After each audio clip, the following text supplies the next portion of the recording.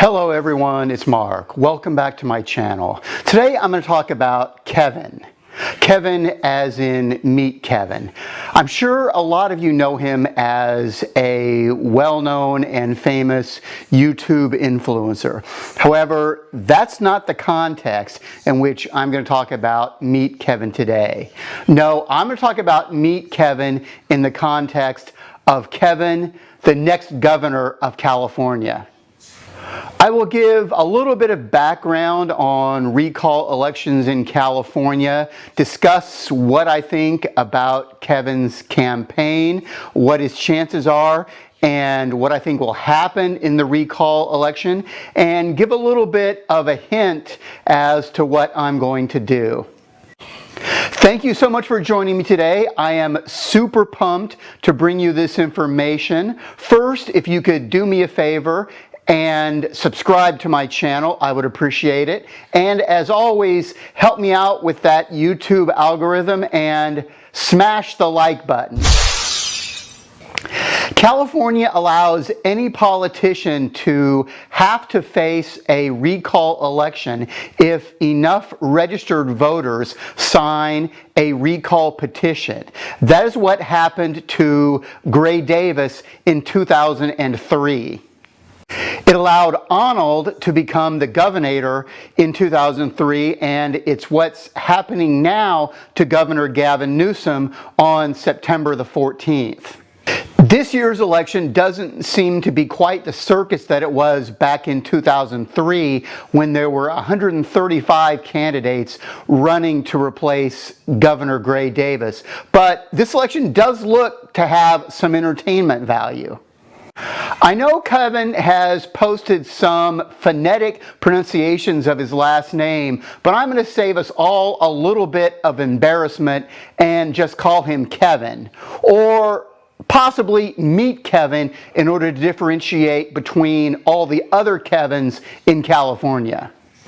First, let me say that I have a huge amount of respect for Kevin. He's a fantastic real estate investor, real estate broker, completely self-made.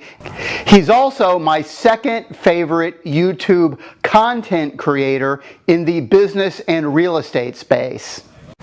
I do seem to recall another businessman who ran for election the first time touting his business experience and problem solving as a big bonus over politicians and their entrenched bureaucrats. It's slipping my mind right now who that was, but I'm sure it will come to me before the end of this video.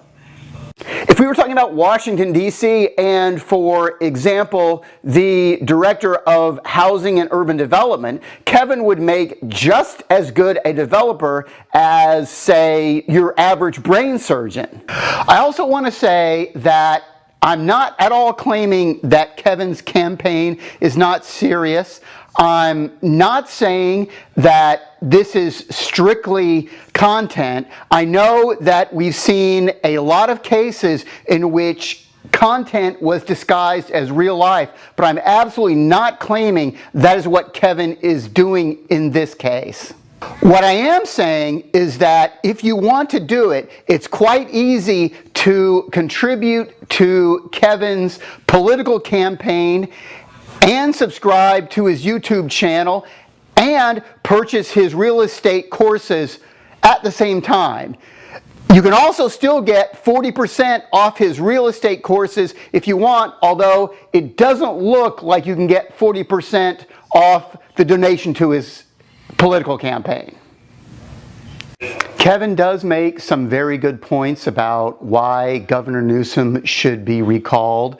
The budget is completely phony. There are so many future obligations in terms of pension debt, for example, and bonds that are coming due that will have to be repaid that the budget does not take into account. And Newsom has never been honest about that. Also, the rental assistance plan that was allocated and money was sent from Washington, D.C. is a complete fiasco. Every state in the union is really poor about giving that money out. California has been no better, and Governor Newsom, as the head of the state, has to bear a ton of responsibility for that. It's a problem that could easily be solved with all the money that has come down from Washington, D.C., but it hasn't been sent to the landlords or the tenants, and that's a complete disgrace. But I am surprised that Kevin didn't mention what I believe is Governor Newsom's #1 problem, his biggest mistake and fiasco, and the issue that really got his recall petition rolling and got it on the ballot.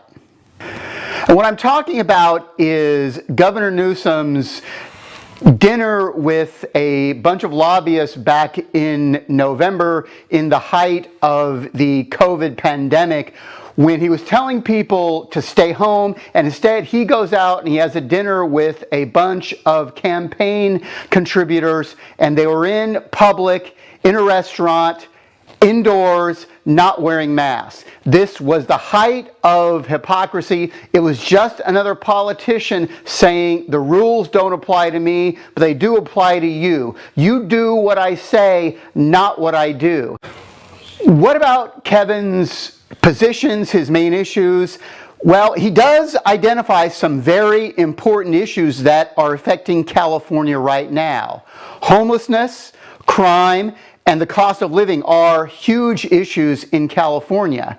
He is correct to identify them. However, his solutions are quite oversimplified and aren't going to fix any of those problems. Let's take a quick look at his homeless plan. He guarantees that there will be no homeless sleeping on the streets within the first 60 days of his election. This sounds great, but it's a promise that he will never be able to keep. The homeless problem is quite complex. It has multiple problems, and it requires multiple solutions. The homeless is made up of different subsets, including the mentally ill, the substance abusers, as well as some people who simply choose that as a lifestyle in California. All of those different subsets require different solutions. He talks about his emergency housing, and he labels it as optional, which it must be by law, and it will immediately be rejected by many of the homeless. And if it's not optional, then it will be litigated. We've already seen this happen in Los Angeles many times. Many of the homeless simply don't want to be in emergency housing. Apparently, he has a plan to use the National Guard to remove the homeless from the streets. This will immediately be challenged in court. I'm not a lawyer, but I believe he's likely to lose based on previous court cases. Regardless of whether he wins or loses, it's going to be tied up in court far longer than 60 days, so he's going to fail in his guarantee to have the homeless off the streets in the first 60 days of his administration. His policies on crime are equally simplistic. In 2014, California passed Prop 47, which made the theft of items under the amount of $950 a misdemeanor. It's no longer a felony. As you can see from this graph, vehicle burglaries increased markedly. Additionally, shoplifting increased in the immediate aftermath of the passage of Prop 47 as well. Later, the data did drop to pre-Prop 47 levels, but this is only because people stopped reporting the crimes. There were more crimes that were happening, more shoplifting. People just weren't reporting it because they knew that nothing would happen. The police would not take action. The police did not have the resources to deal with shoplifters on a misdemeanor basis, so they simply didn't do anything. The DAs were not going to prosecute these misdemeanors, so the police didn't even bother with the arrest. People knew this and stopped reporting it. Jails don't have the capacity to hold all these misdemeanor shoplifters The DA isn't going to prosecute them, so the police don't even bother to book them. Prop 47 gave shoplifters a stay out of jail free card for any shoplifting under the amount of $950. Prop 47 caused a similar problem for police and the district attorneys in terms of low-level drug offenders. Before Prop 47, the police and prosecutors had an effective carrot and stick approach with drug offenders. They could offer the drug offender the carrot of going to rehab or the stick of going to prison. In many cases, the drug offender would go to rehab rather than go to prison. However, Prop 47 made these drug offenses a misdemeanor. Therefore, there was no stick in which the DA or the police could threaten to send these low-level offenders to prison. Until California changed their attitudes about crime and criminals, which allow the passage of propositions like Prop 47, community policing is going to be completely useless. It's just not going to work. So what do I think will happen in this recall election?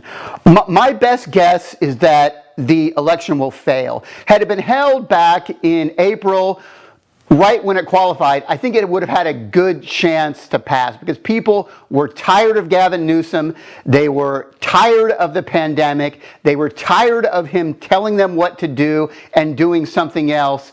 But things are different now. The economy has come back. It's much stronger now that it's opened up. It opened up June the 15th. And people are frankly just ready to get back to their lives. People are simply much more interested in going out and doing all the things that they haven't been able to do for the past 18 months rather than worrying about a single issue election in an off election year. So given all that, why do I say that Meet Kevin will be the next governor? Well, it's really the makeup of the election. First, because of what I said about people not really being interested, the people who are more likely to vote to recall Governor Newsom are the ones who are more likely to vote in the election. They're the ones who are more energized. The more apathetic, uninterested voters are the ones who would likely vote not to recall Governor Newsom. Additionally, in the election where Schwarzenegger won, he won with only 48% of the vote. You don't need 50%. Whoever has the most votes, no matter how little that number is the next governor if Governor Newsom is recalled. Additionally, Schwarzenegger had much better name recognition than anybody who was running to recall Governor Newsom. The Democrats decided entirely to sit out the recall election. No one from the Democratic Party with any name recognition is running to recall Governor Newsom. So the person who wins the recall election may have 40% or less. Additionally, Kevin is running as a Democrat, and the electorate now is very polarized. People tend to vote for their tribe. So people may very well vote for Kevin simply because he's a Democrat. And he's one of the very few Democrats even running in the election. So if Kevin does become governor, what do I think his chances will be? How successful do I think he will be? Well, we've already seen what happens when a businessman tries to cross over and become a politician. The skills that make someone a successful businessman are not exactly the same as what make you a successful politician. A businessman is used to running the company his own way. He delivers orders and those orders get carried out. Additionally, he's expected that it will be very efficiently carried out. That's not the way government works. Government is more about building consortiums, building people who agree with you, getting them to do what you want, not because you tell them to, but because they want to. It's a very different skill set. Regardless of how smart a politician may be, I think it's very valuable to have experience working with other politicians and working with bureaucrats who are entrenched in the system. And that's not a skill set that most businessmen have. That's what I think about Meet Kevin, who will be the next governor of California.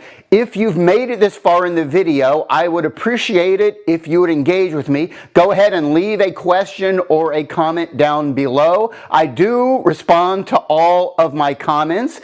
Again, this is Mark. Until I see you next time, keep that cash register spinning.